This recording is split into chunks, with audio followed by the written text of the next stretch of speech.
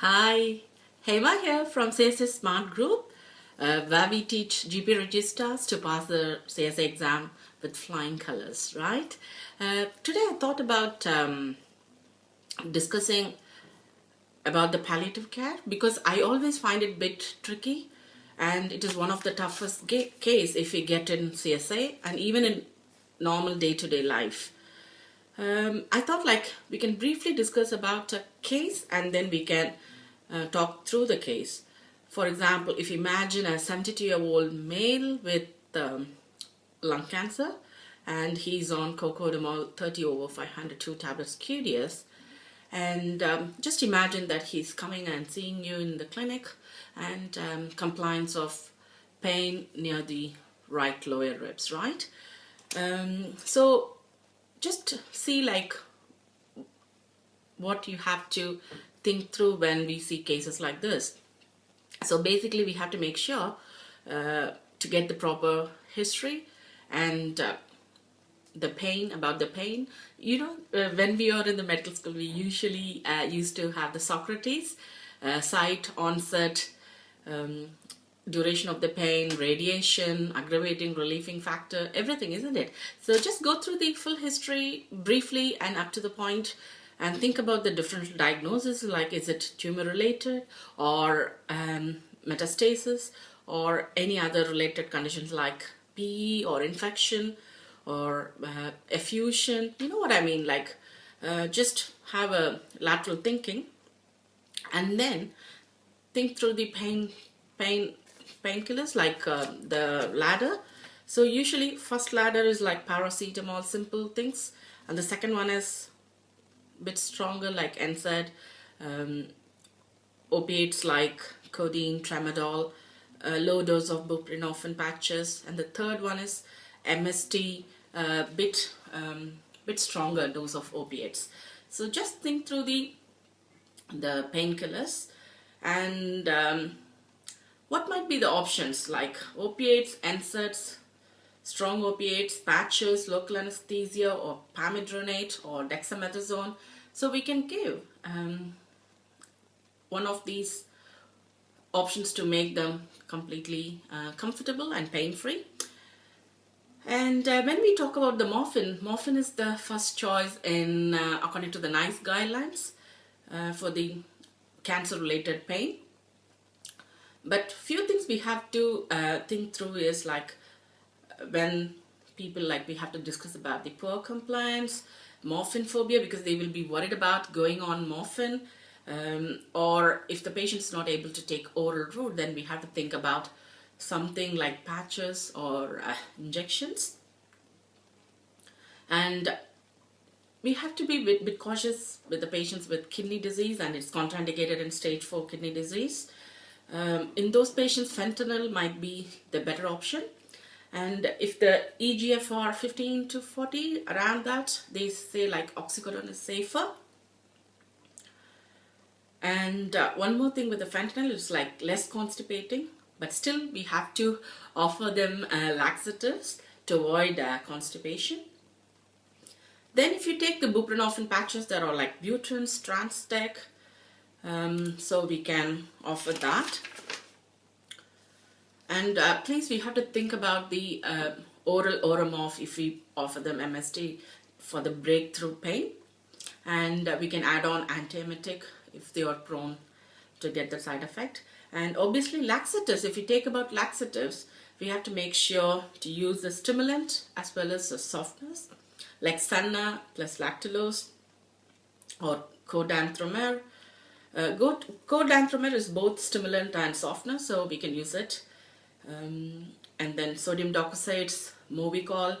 They say Fibogel is not really indicated in palliative patients on opiates because they have to take too much of that Fibogel to get the result. So it's very not so kind to make them drink Fibogel in a large quantity.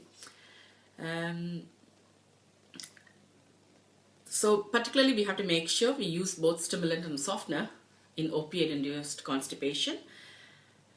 As you know, oncologists, they prefer codanthromer because it acts in both ways.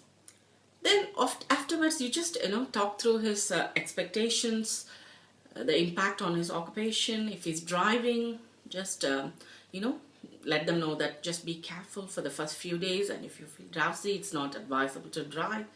If he's okay, then obviously he can drive.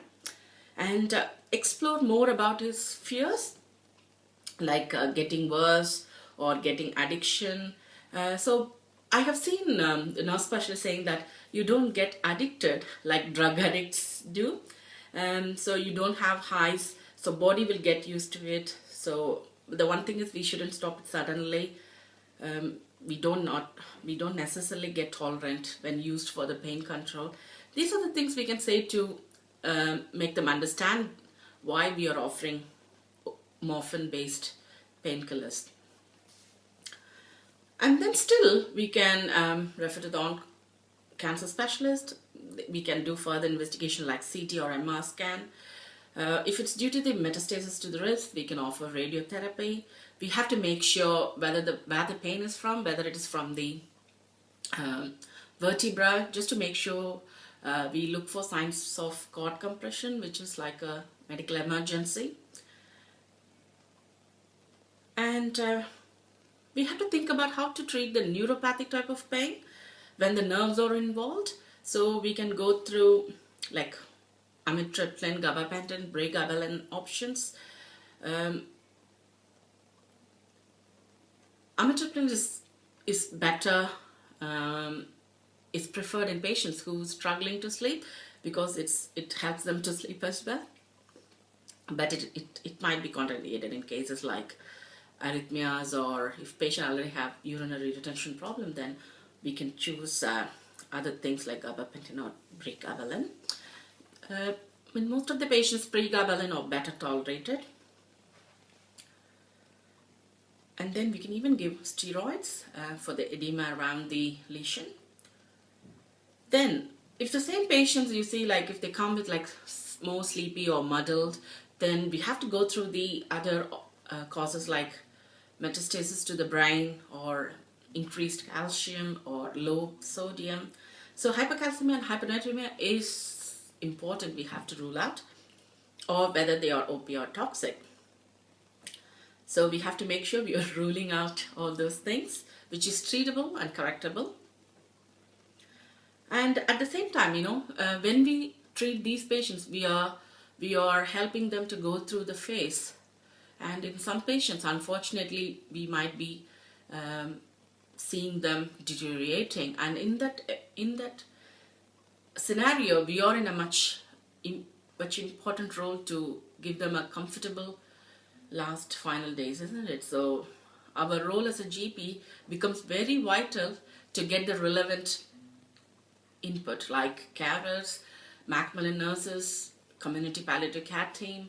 I remember one of my patients was really happy when I arranged the profile bed. You know what I mean? Like as a doctors, we always tend to think more about medicines, medications, what I can do for him, but we have to discuss with the patient like what they need. I nowadays start asking the patients like, for example, tell me one thing what you would like me to do for you. So one thing what they like to do. That is more important than keeping our agenda like medications, pain relief, oxygen, Right. So finally, if they become more frail, dyspneic, then we can still go for like anxiolytics, palliative oxygen, sublingual lorazepam, positional breathing. We can ask help from the physios to do this.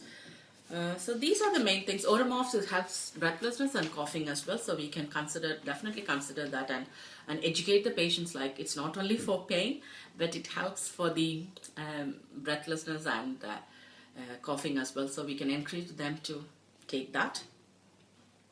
Then we should make sure we start the discussion about the end of life planning, like do not attempt resuscitation, anticipatory drugs, preferred place of death.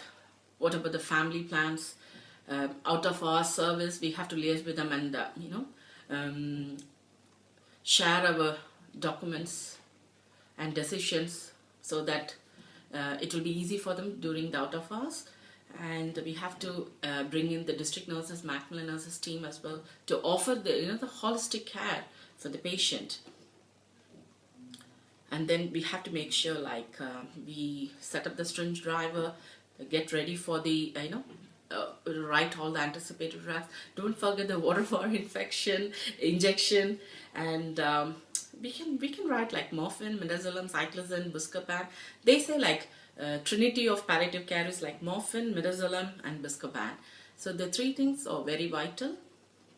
So make sure as a GP we offer everything, be proactive, and make things easy for the patient and the family, particularly when they are going through the most difficult part of their life.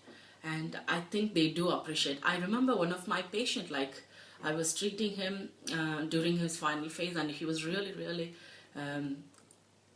like angry and all, but I thought like it is his way of showing his frustration towards his disease. You know what I mean? It's nothing to do with us. But one day he smiled when I went for the home visit, and that day was like he got his profile bed. He don't need to go to the hospice, so he was relieved. So he told me like, thank you doctor for arranging all these things. And I felt really happy that day that I was able to help him and his family. And you know what happened? When the patient passed away, the whole family, his wife and daughters, they came and joined with our surgery. But I was as a GP trainee registrar at the time, so they joined our surgery, and we offered, we continued our care to the rest of the family members. That's how we impact patient's life, and it makes huge difference to the patient and for us as well as a human being.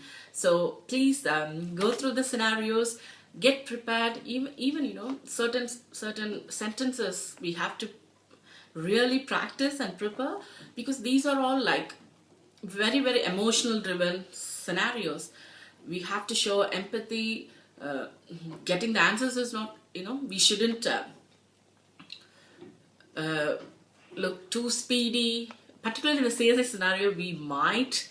So it's better to, take slow and steady according to the patient's phase, and get the rapport right to offer the best care. So go through the latest guidelines, go through the nice guidelines, and make yourself familiar with the medications, the doses, how to write, what are the other team members we can involve. So these are the main things. These are the homework for you to do. So good luck with your exam, and I will see you soon with more scenarios like this. If you like it in the page here. Press the like button, and if you love it, please share with your friends who is going through the exam like you. I'm more than happy to help them as well. And if you haven't opted in, please opt in, so that I will send all the videos straight to your inbox. Okay, bye.